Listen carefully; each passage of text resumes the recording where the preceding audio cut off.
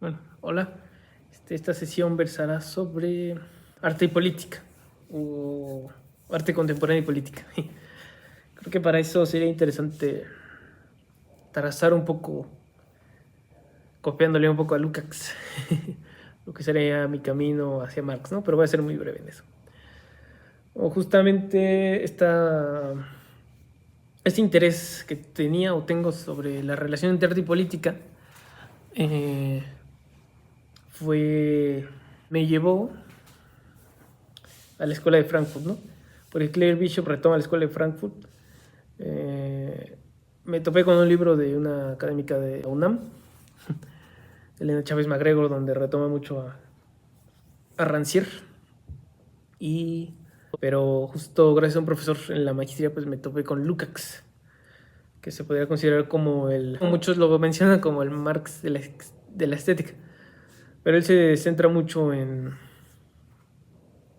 literatura, pero también Marcuse. Entonces, pero bueno, Rancière sí aborda el arte contemporáneo, y como en la sesión pasada vimos, también Claire Bishop. Pero retoman justamente a la escuela, retoman sus referencias son la escuela de Frankfurt, aunque no Lukács, pero Lukács es superior en estética a la escuela de Frankfurt. y pero bueno, la referencia de la escuela de Frankfurt y de Lukács es Marx. Ahora bien, justamente, pues ya adentrándome un poco en Marx, se entiende que Marx no es bueno, sí es, pero al mismo tiempo no es economista, sociólogo, filósofo, etcétera, sino que él hace teoría revolucionaria. Entonces, si todas esas prácticas artísticas quieren un cambio político que podríamos llamar revolucionario, entonces, y si los teóricos de ese arte remiten a la escuela de Frankfurt y la escuela de Frankfurt remite a Marx, pues yo creo que es importante leer a Marx.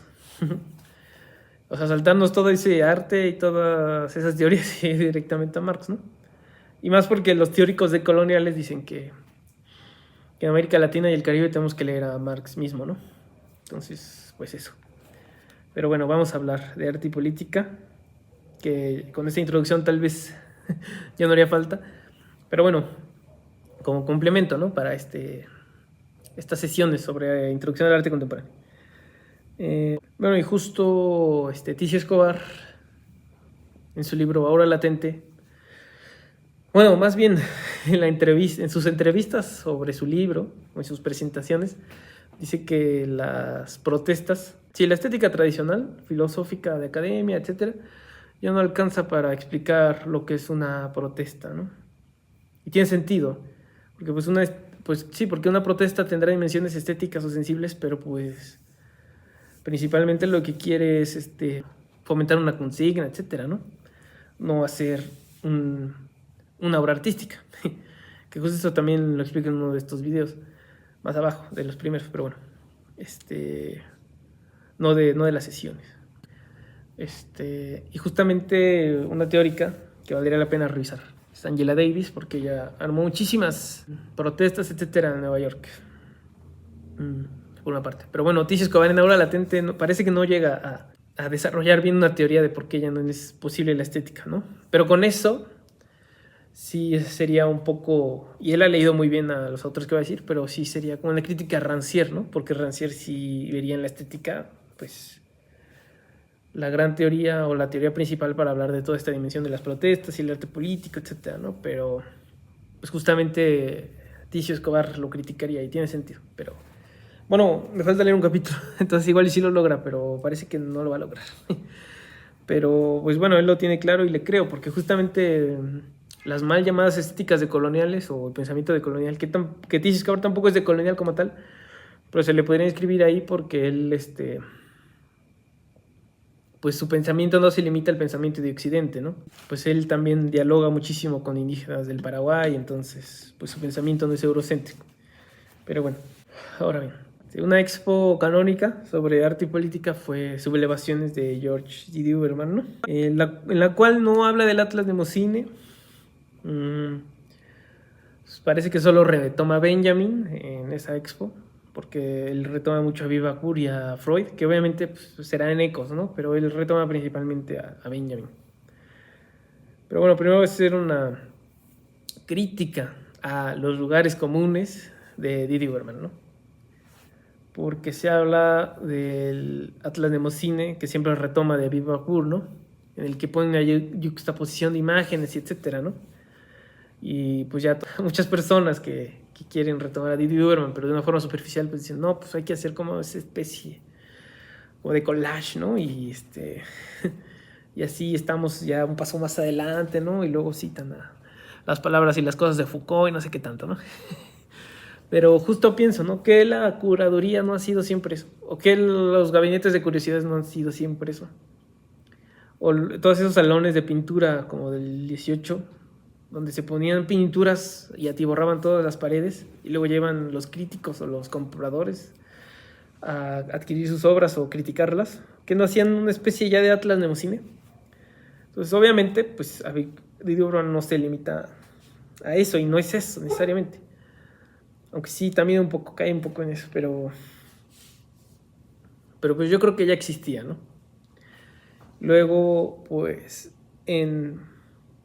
ante el tiempo, historia del arte y anacronismo de las imágenes.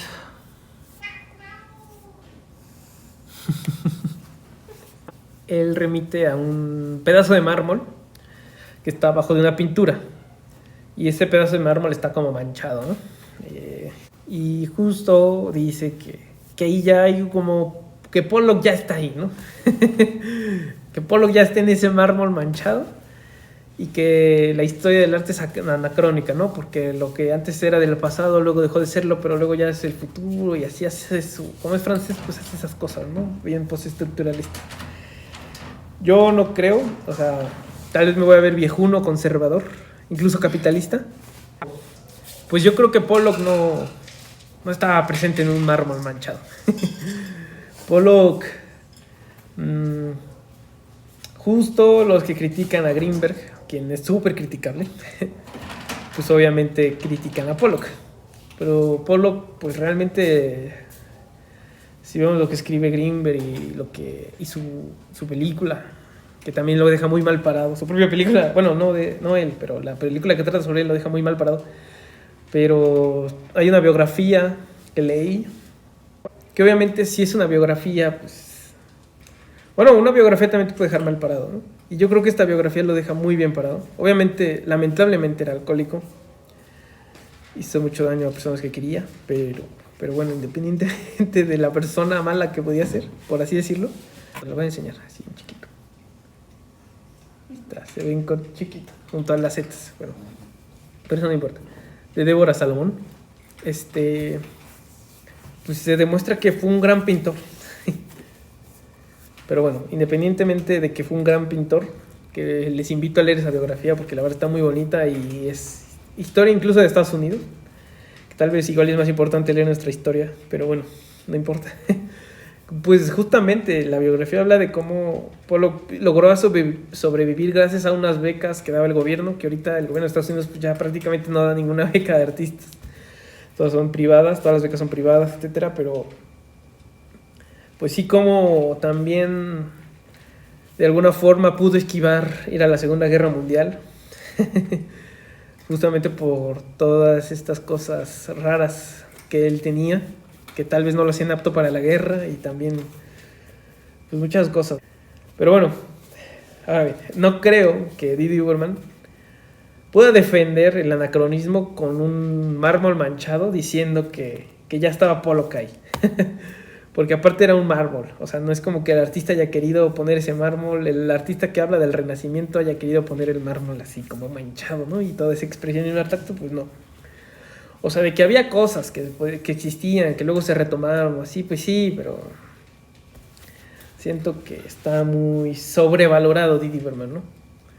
Pero bueno, en ese libro, ¿no? En Ante el Tiempo y y en Retomar a Aviv Bachur, que obviamente también son libros muy buenos, ¿no?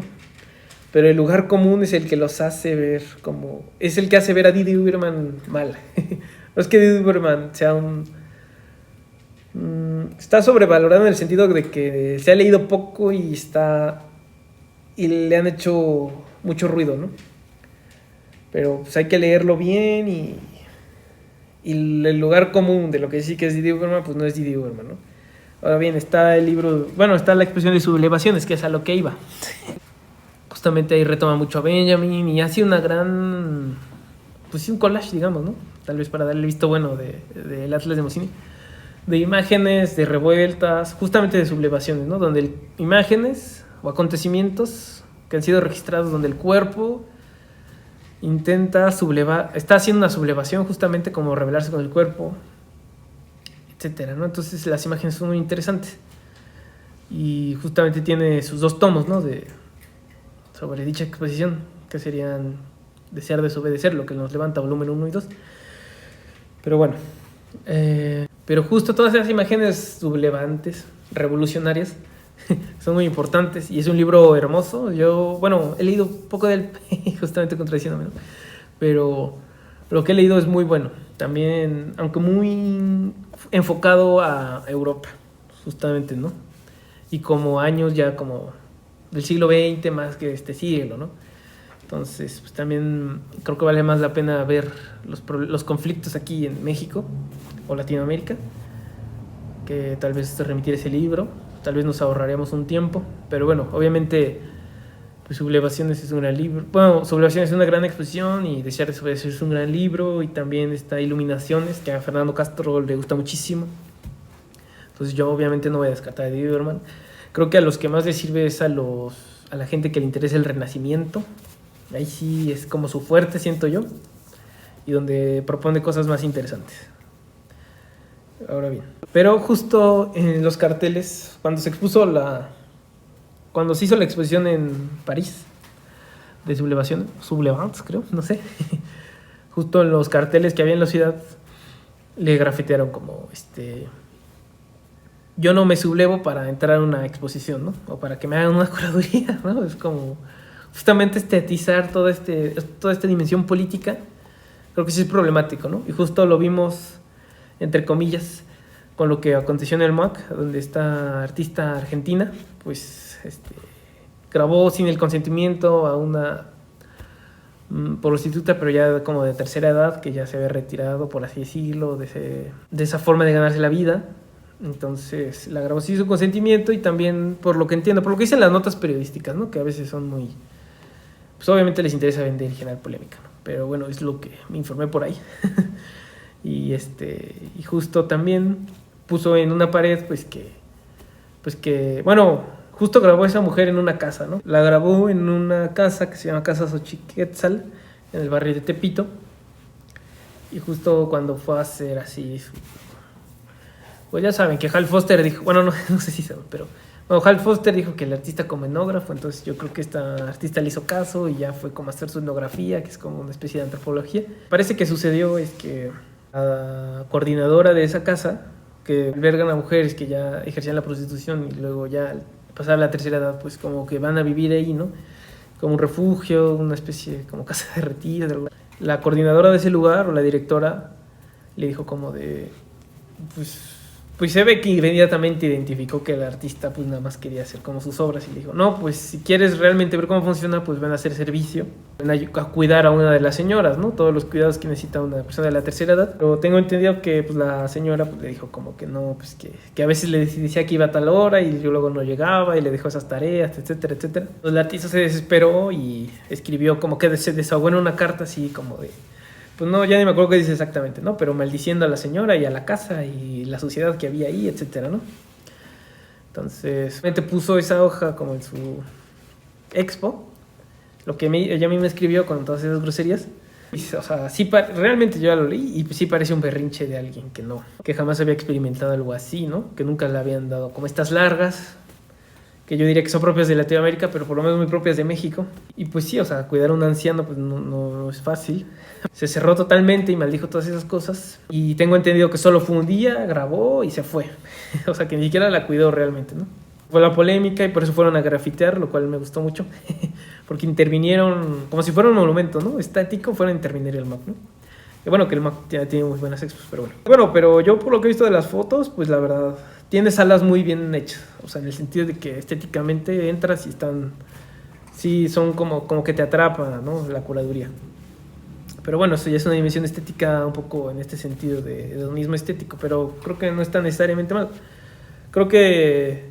Y sí, justo la sala en el que pone ese texto, y bueno, lo he visto en fotos, y el audio, no estoy muy seguro qué es, pues sí sí se siente que no está tan bien trabajada como las otras salas, ¿no?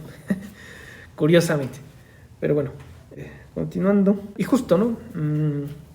La estética, como dice Ticho Escobar, ya no sirve para teorizar todas estas dinámicas de protesta, ¿no?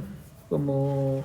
Y querer analizar las protestas desde el arte contemporáneo se me hace justo caer más o menos en lo que esta artista argentina hizo.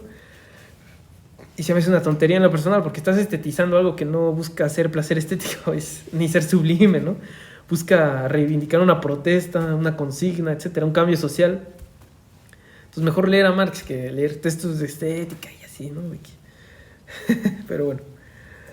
Y justamente yo creo que, siguiendo con Didi Bergman, mi lectura de Didi Bergman, más que rescatar el Atlas de Mussine, Didi Bergman intenta más rescatar los conceptos del alemán. Toda esta tradición de la historia del arte alemana, retomarlo, ¿no? Que son muchos conceptos en alemán. O sea, él dice que hay que aprender alemán, ¿no? Para ser buen historiador del arte. Eso está en discusión, ¿no? Pero yo veo que Didi Bergman es lo que más quiere, ¿no? Y son varios conceptos. Entonces, bueno. Pero realmente en Desear desobedecer no está muy claro que quiera que utilice estos conceptos en alemán, ¿no? Porque es como otra dinámica la que utiliza en Sublevaciones y en Desear desobedecer. Ahí digo que sí hay un eco, pero sí se distancia de Freud y de Aviva Gur, y retoma en alguna forma Benjamin, pero tampoco es tan central, o sea, no es como... no es tan... Sí hay como una transición de pensamientos y autores ante el tiempo a sublevaciones, etc. Bueno, justamente también crisis económica de 2008 se retomó muchísimo el manifiesto comunista, porque la crisis del neoliberalismo, pues, habría que verle respuesta, ¿no? Entonces, pues como el manifiesto comunista es el texto más digerible, pues se tomó, ¿no? Y de Marx. Pero justo algunos artistas de Nueva York, pusieron bueno, perdón, antes de eso, se habla de tomar Wall Street, ¿no?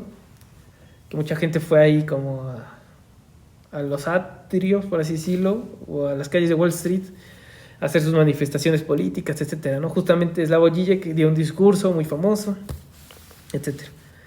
Entonces, como en este marco, pues muchos artistas abogaron por el taking the museum, ¿no? Tomar el museo.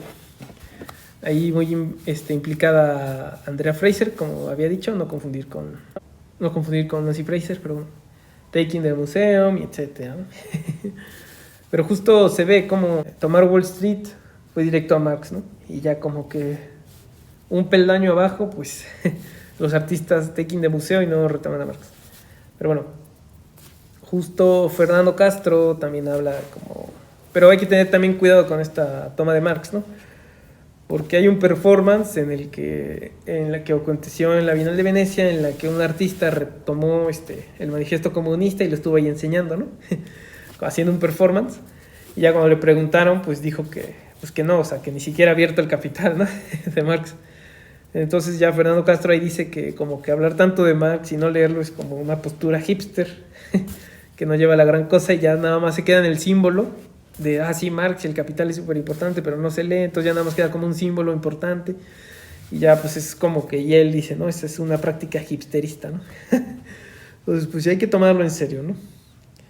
Ahora bien, y esta cuestión de la casa, de la polémica del MOC, pues Marx, unos parrafitos muy breves de los manuscritos del 44, que es un libro, ¿no?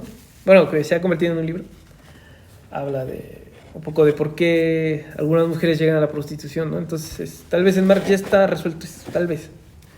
Aunque obviamente hace falta mucha teoría feminista que retome Marx, o feminista tal cual, que hace falta que leamos nosotros los hombres, tal vez.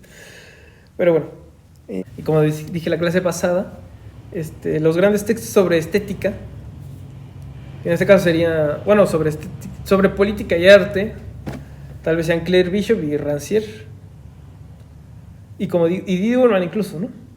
Ellos retoman a la escuela de Frankfurt, como había dicho. Es curioso que la escuela de Frankfurt no retome, casi no habla de pintura. Bueno, los autores de la escuela de Frankfurt casi no hablan de pintura, como había dicho, de poesía, de teatro, de literatura, de música. ¿Quién ha utilizado ampliamente la pintura? Podríamos decir Derrida, pero Danto. Y como ya hemos explicado muchas veces, Danto es un intelectual neoliberal, ¿no? Entonces, pues es curioso. Es curioso. Yo nada más digo que no se retome tanto la pintura. Y que parece que para Danto lo que sigue después de la pintura específicamente es el arte contemporáneo. Entonces hay como una contradicción de que el arte contemporáneo no puede ser tan político porque es como un arte burgués. Pero bueno, obviamente ha habido buenas expos, tal vez arquitectura forense que se presentó en el MAC, pues tal vez funcione, pero hasta qué punto, ¿no? Luego, bueno, justamente en la escuela de Frankfurt, en esa etapa, las discusiones políticas yo creo que fue como la época de oro de las discusiones políticas. Porque fue en el marco de la Segunda Guerra Mundial y no solo era Benjamin, no solo era Adorno y Marcuse. Estaba Lukács, estaba Bertolt Brecht, había grandes pensadores, al final Angela Davis, Erich Fromm, incluso estaba Heidegger. Entonces pues sí, como que esas etapas parecen que igual y no van a regresar, quién sabe, ¿no? Pero bueno. Y justo Marcuse en la dimensión estética habla del arte revolucionario, que no necesariamente el arte revolucionario es el que habla de la revolución política, sino el arte que rompe con la tradición artística y nos enseña el mundo tal cual es o como debe, como es, para entender mejor el mundo, ¿no? Las contradicciones del mundo. Entonces, cuando el arte se vuelve muy político y enseñan las cosas así, nada más se vuelven como pedagogía política, arte se vuelve como pedagogía, pero pierde toda su dimensión estética y es pero no es un buen arte, ¿no? O sea, no sería un arte verdadero, en palabras de Marcuse, ¿no? Que eso de arte verdadero muy poco estructuralista, pero bueno. Pues sí, creo que sería todo. Así, en resumen, tal vez hacerle caso a Marcuse, que el arte que ayuda más es el arte revolucionario en el sentido de que rompe con las tradiciones artísticas. Pero que la política es la política, y ahí hay más revolución y por eso hay que ir a Marx mismo. Tal vez saltarnos, si nos encanta Didier Bergman, está perfecto, lo podemos leer, no pasa nada. También el arte contemporáneo, no pasa nada, lo podemos seguir estudiando, no importa. Pero si queremos hacer revolución hay que ir a Marx. O a autores que dialogan con Marx, como Marcuse, Enrique Dussel, Lukács, etcétera, ¿no? Si lo que se quiere realmente es un cambio político. Hacer práctica política. O sea, el arte no va a lograr eso. O sea, puede ayudarnos a entender el mundo, a hacer conciencia de alguna forma. Nos puede servir como incluso distracción, tal vez, de la realidad.